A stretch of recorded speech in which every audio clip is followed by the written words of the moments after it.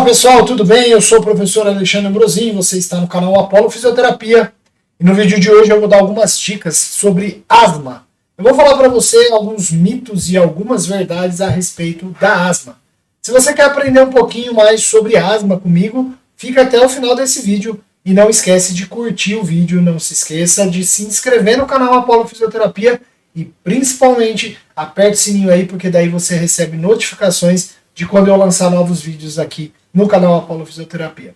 Então vamos lá, nós vamos para o vídeo falando então sobre asma.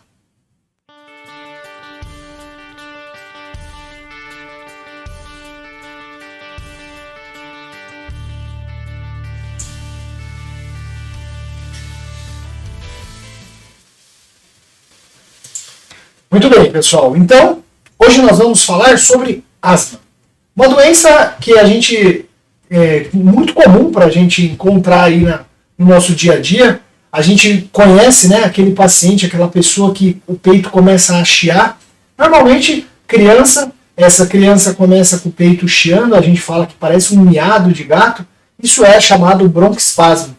A asma é uma doença que a gente chama de hiperresponsiva. O que é hiperresponsividade traqueobrônquica? É quando um determinado agente agressor invade a via aérea, e aí a via aérea, para se proteger, faz broncoconstrição. Ele contrai uma musculatura que tem nas vias para impedir que esse agente agressor continue progredindo para dentro da via. Acontece que a asma é uma doença que aí a resposta brônquica no asmático é muito aumentada. Então, um determinado alérgeno, um fator que dispara a reação, ele pode gerar uma resposta muito grande a esse agente agressor. E aí, consequentemente, esse paciente começa a ter a obstrução ao fluxo respiratório. Então, ele tem dificuldade de expirar. É muito comum, então, o paciente asmático ter o sintoma que é o sibilo, que é o chiado no peito, que a gente fala, e é muito comum esse paciente também apresentar tosse.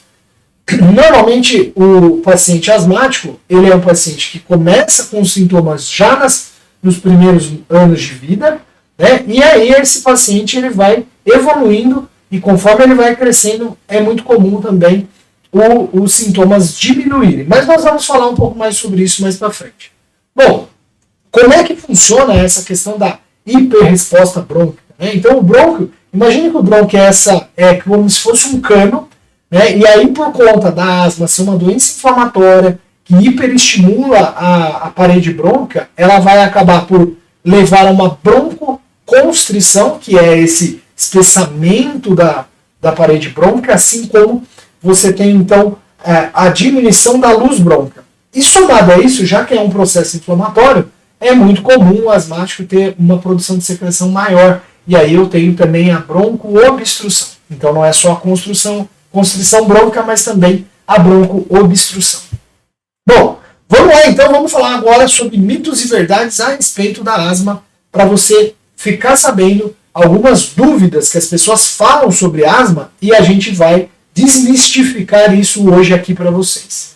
Primeiro, a asma é contagiosa? Isso é mito.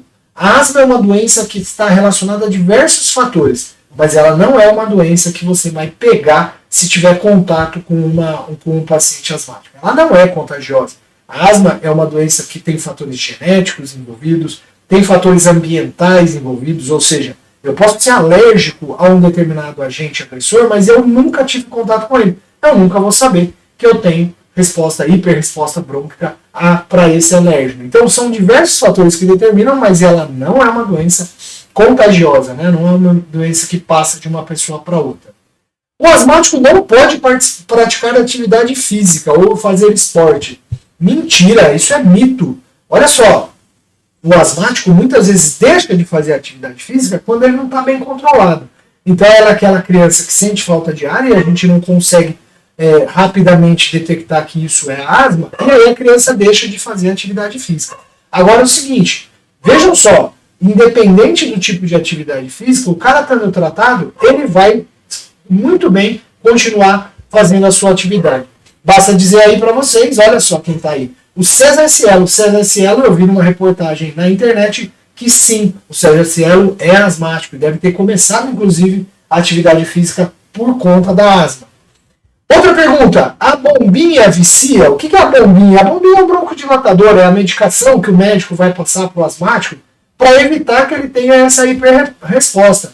Ou então, para tentar broncodilatar, né? Abrir as vias aéreas quando ele estiver em broncoespasmo, quando estiver chiando o peito. A bombinha vicia? Não, isso é mito.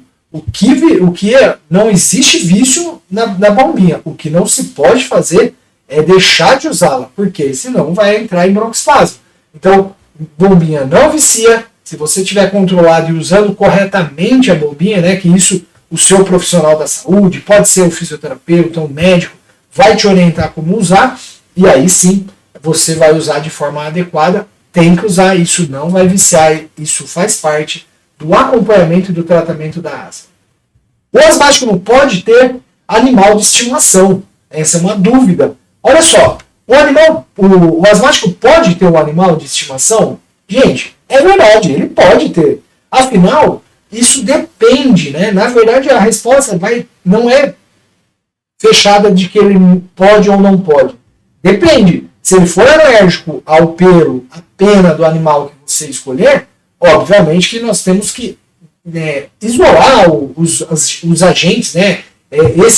Esses alérgenos de perto do asmático. Então não seria útil você ter um animal dentro de casa, né? Um cachorro, um gato, se essa criança asmática tem alergia ao pelo do gato, ao pelo do cachorro. Agora, se ele não tem, e é outra coisa que desencadeia a asma nele, é outro tipo de asma, não tem por que deixar de oferecer aí para a criança o animal de estimação. Mas então, é verdade, ele pode ter um animal de estimação sim.